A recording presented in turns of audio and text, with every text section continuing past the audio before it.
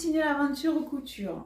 Je vous ai dit, en seconde étape, on passe à l'apprentissage pour faire cette jupe. D'accord?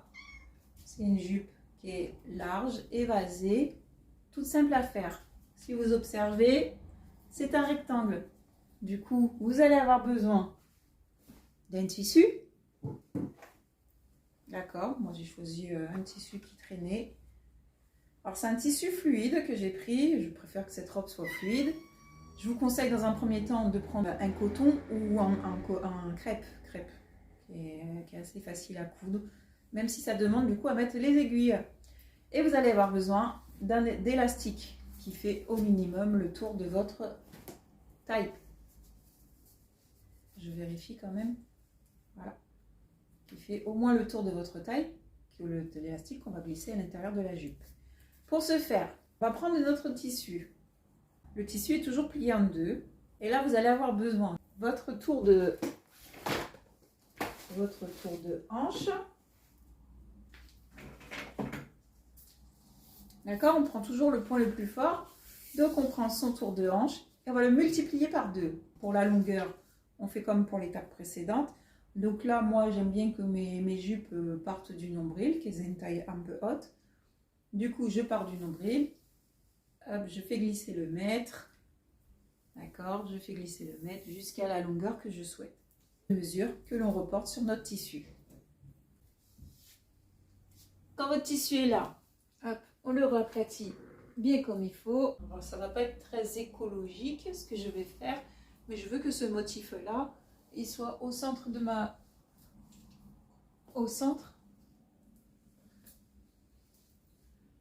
jupe. Au niveau mesure, moi je fais 98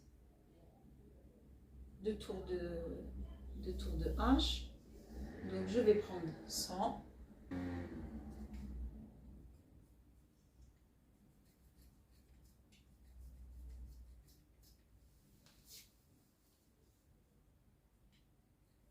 Et là, je trace le rectangle. Au niveau de ma longueur, j'ai besoin de...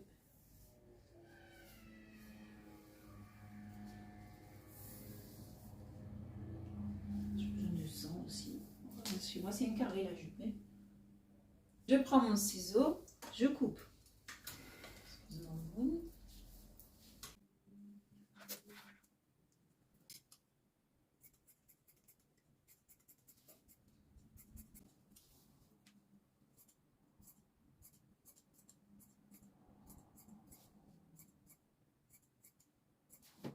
J'ai oublié le bas.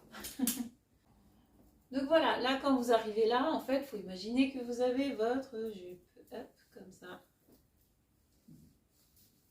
Tadam! Une fois que vous avez vos deux rectangles, vous allez venir mettre tissu endroit contre endroit et vous allez coudre les deux côtés. Alors là, c'est l'exemple concret de ce qu'il ne faut pas faire, c'est-à-dire que j'ai un tissu qui est très fluide.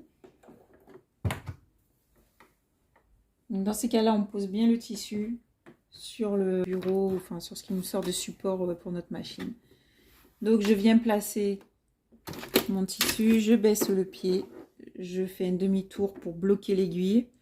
Et là, je vais élargir le point au maximum vu que j'ai un tissu fluide. Et je vais tenter une couture au point droit à la machine. Si ça ne fonctionne pas, je serai contrainte d'utiliser ma surjeteuse. Ou sinon le point zigzag. Et écoutez, ça passe plutôt pas mal. Donc on va tout faire comme ça. Je ferai quand même de la surjeteuse parce que c'est une matière qui risque de s'effilocher. Je me permets de tendre un peu le tissu. Parce que par défaut, la machine, comme elle a un système de grippe en dessous, elle chope le tissu et elle le resserre. Comme c'est une matière fluide, en fait, il est beaucoup plus sensible aux effets de la machine. Donc du coup, ça aura tendance à quand même resserrer, même si j'utilise un point droit. Donc là, ce que je fais, je tends un peu le tissu pour faire en sorte que mon tissu reste bien à plat. Et je guide. D'accord, c'est un point très large du coup que j'utilise.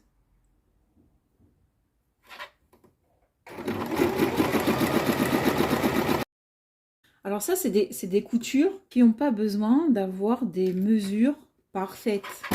Ça ne se voit pas. En fait, il faut vraiment vous libérer du perfectionnisme qu'on attend sur nos vêtements. Il n'y en a pas, il y a pas à en avoir. Il n'y a vraiment pas de stress à se mettre. Il y a des coutures que je fais qui sont plus grandes d'un côté que de l'autre. Mais vous y voyez que du feu. Parce qu'en fait, il n'y a que quand tu couds que tu sais l'erreur que tu fais. Les gens à l'extérieur ne les voient pas. J'ai souhaité faire cette formation, c'était pour complètement démocratiser la couture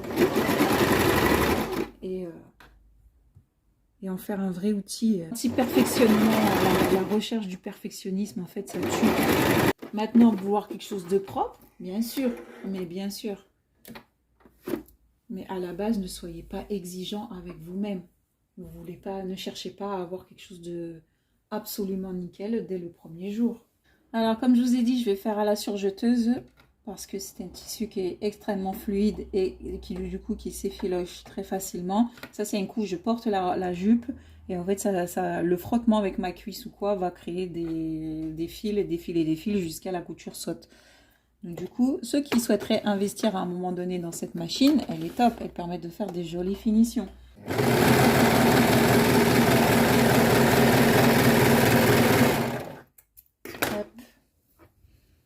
Du coup, voilà ce que ça donne quand vous utilisez la surjeteuse. Là, ça fait des finitions extrêmement propres. Donc oui, je conseille, quand on commence à coudre à un moment donné à un certain niveau, il vaut mieux investir dans cet outil. Alors, une fois qu'on a fait les deux coutures sur les deux côtés, on vient reposer à plat notre projet. Et là, on va faire la taille.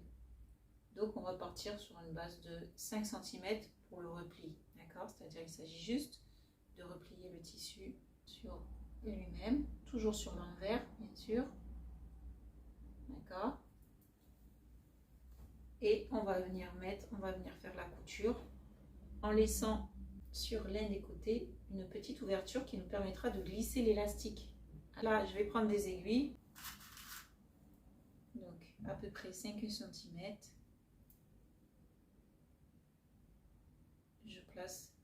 Je place des aiguilles sur tout le long, tout le tour. Et du coup, on fera la couture sur tout le tour.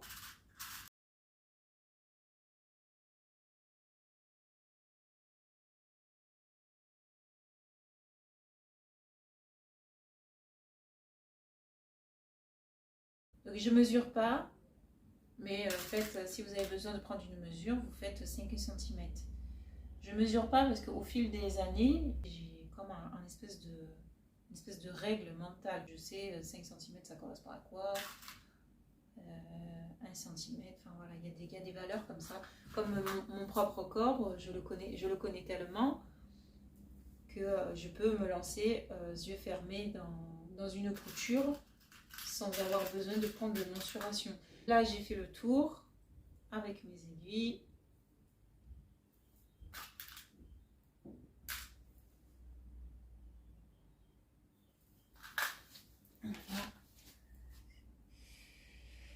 Voilà, et du coup, je vais venir faire la couture tout le long et je vais laisser sur un des côtés une petite fente d'ouverture pour passer l'élastique.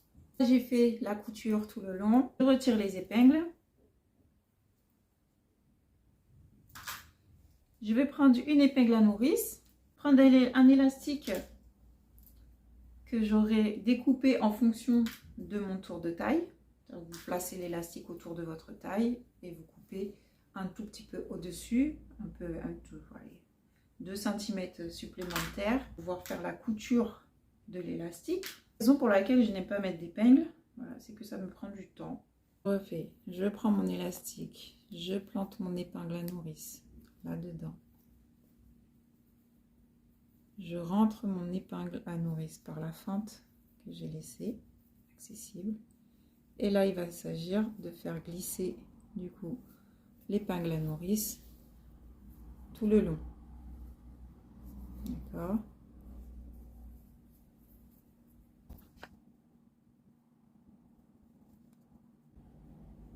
vous faites des plis, vous passez le tissu d'un côté pour qu'il ressorte de l'autre côté. Quand vous arrivez ici, au terme d'ici, il faudra tenir l'élastique pour pas qu'il ressorte de l'autre côté. Ce que vous pouvez faire aussi, c'est une petite couture. En fait, vous laissez l'élastique rentrer juste au niveau de l'ouverture et vous faites une petite couture. Je vais vous montrer.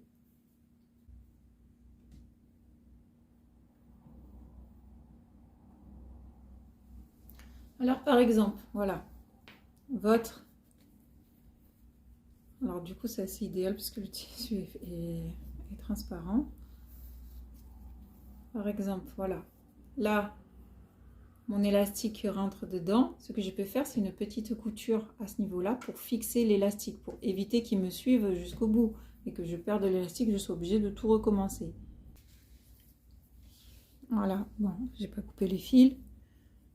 Mais du coup, voilà, j'ai fixé l'élastique. Maintenant, il ne va plus bouger. Donc, je peux avancer sereine.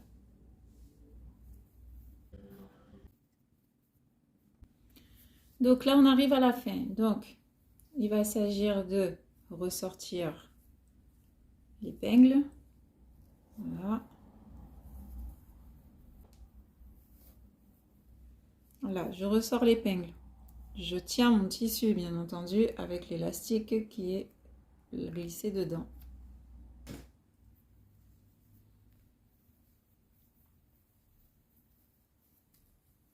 Hop. Et ce que je vais faire, du coup, mon élastique, vous voyez, je l'ai replacé dedans. Mais je tiens mon tissu. Surtout ne pas lâcher, sinon votre élastique va partir. Il faudra tout recommencer. Et du coup, ce que je vais faire, c'est une couture à ce niveau pour fixer l'élastique de l'autre côté. Ensuite, je vais refermer le bas pour que ça soit fermé. Et du coup, ma jupe sera presque terminée. Donc voilà, j'ai glissé l'élastique, je refais les fermetures, j'ai tous mes fils. J'ai tous mes fils à couper. Et sinon, j'ai déjà une jupe qui est existante. Maintenant, l'ourlet du bas. Donc vous, ce que vous allez faire, moi j'ai fait le point haut sur G parce que j'utilise de la mousseline. Vous, ce que vous allez faire, c'est un point zigzag sur votre machine pour faire une finition propre en bas. Vous allez faire ensuite l'ourlet. Comme je vous ai montré sur la précédente vidéo, il s'agit juste de replier. En fait, à chaque vidéo, rajouter un exercice supplémentaire qui complique un peu la tâche. Donc ici, là, je vous demande de faire un minima de finition. C'est-à-dire que vous allez faire le point zigzag sur le bord et ensuite, vous ferez l'ourlet, ce qui fera une finition beaucoup plus propre.